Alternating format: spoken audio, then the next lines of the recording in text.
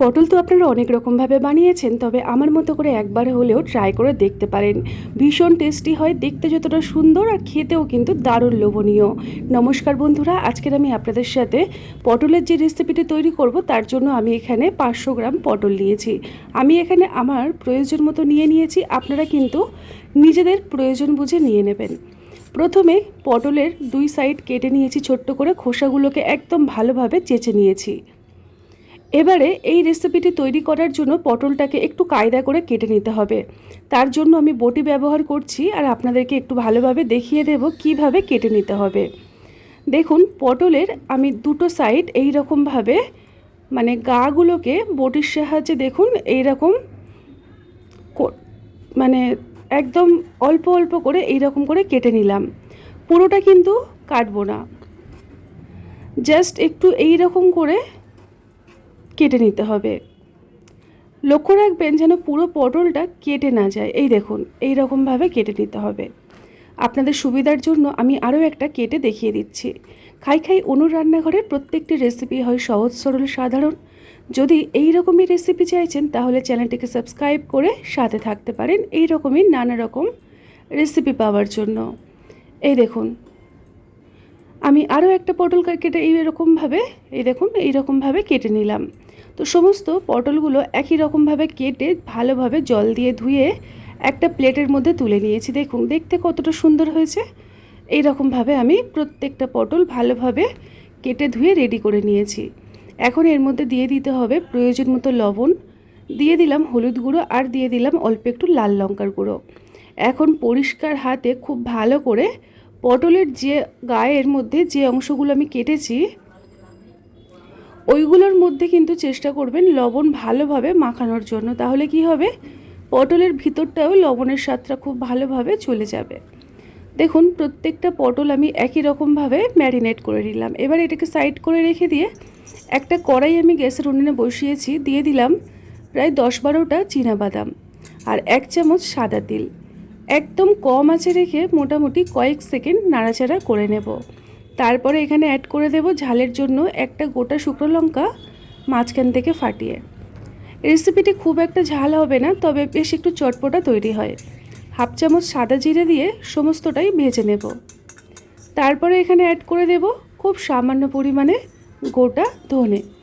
এই ভাজা মশলাটা অবশ্যই করে দেওয়ার চেষ্টা করবেন, এতে করে রেসিপিটি কিন্তু ভীষণ টেস্টি হবে। 1 থেকে 1.5 মিনিট ভাজার পরেই আমি গ্যাসের ফ্লেমটাকে অফ করে এটাকে শিলের মধ্যে গুঁড়ো করে নেব। তারপরে ওই কড়াইটাই গ্যাসের উনুনে বসিয়ে দিয়েছি, দিয়ে দিলাম পর্যাপ্ত পরিমাণে রিফাইন তেল। তেলটাকে গরম করে তার মধ্যে আমি অল্প একটু কালো জিরে দিয়ে দিলাম। এবারে আগের থেকে যে ম্যারিনেট করে রেখেছিলাম পটল, ওগুলোকে ভালো করে ভেজে নেব। তবে তার আগে কড়াইয়ের চারিদিকটাই আমি ভালোভাবে তেলটাকে লাগিয়ে দিচ্ছি আর তেলগুলোকে ভালো করে কিন্তু গরম করে নিতে হবে।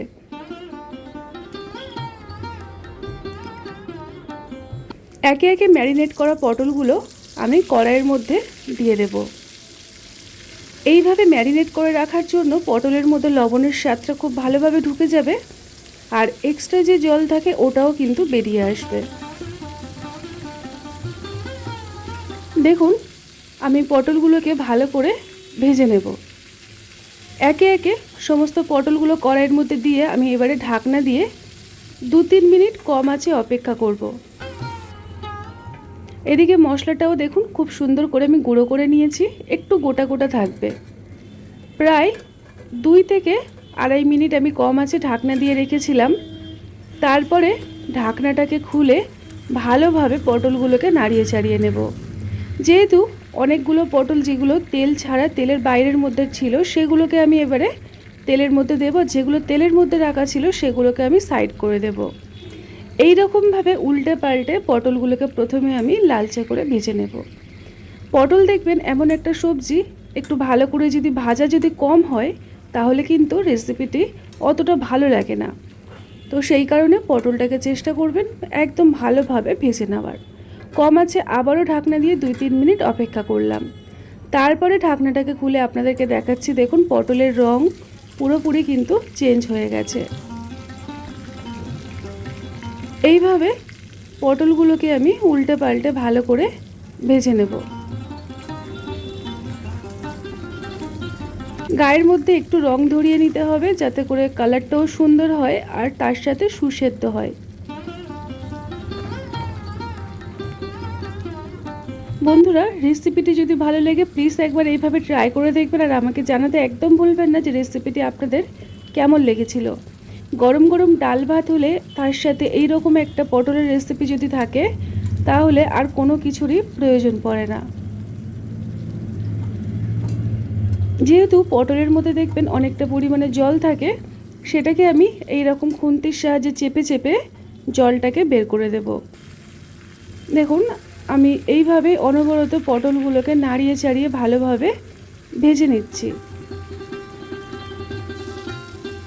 যে পটলগুলো তেলের মধ্যে রয়েছে ওগুলোকে আমি তুলে সাইড করে দেব, আর যেগুলো তেল ছাড়া রয়েছে সেগুলোকে আমি তেলের মধ্যে দিয়ে ভেজে নেব। বন্ধুরা, রেসিপিটি কিন্তু ভীষণ মজার হয়, আপনারা একবার হলেও ট্রাই করে দেখবেন আর আমাকে জানাতে একদম ভুলবেন না।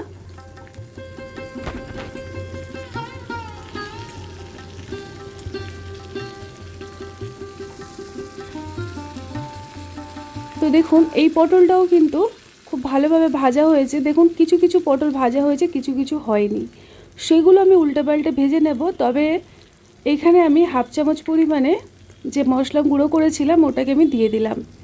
মশলার যে গুঁড়োটা আপনারা ব্যবহার করবেন সেটা কিন্তু একদম প্রথমে দিতে যাবেন না, এতে করে মশলাটা জ্বলে যাবে আর পটলগুলো ঠিক মতন ভাজা হবে না।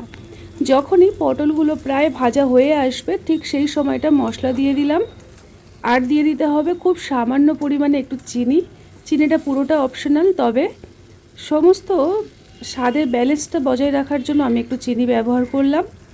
এবারে ভালোভাবে নাড়িয়ে চাড়িয়ে পটলগুলোকে আমি ভেজে নেব। একদম উল্টে পাল্টে ভালো করে লালচে করে ভেজে নিচ্ছি।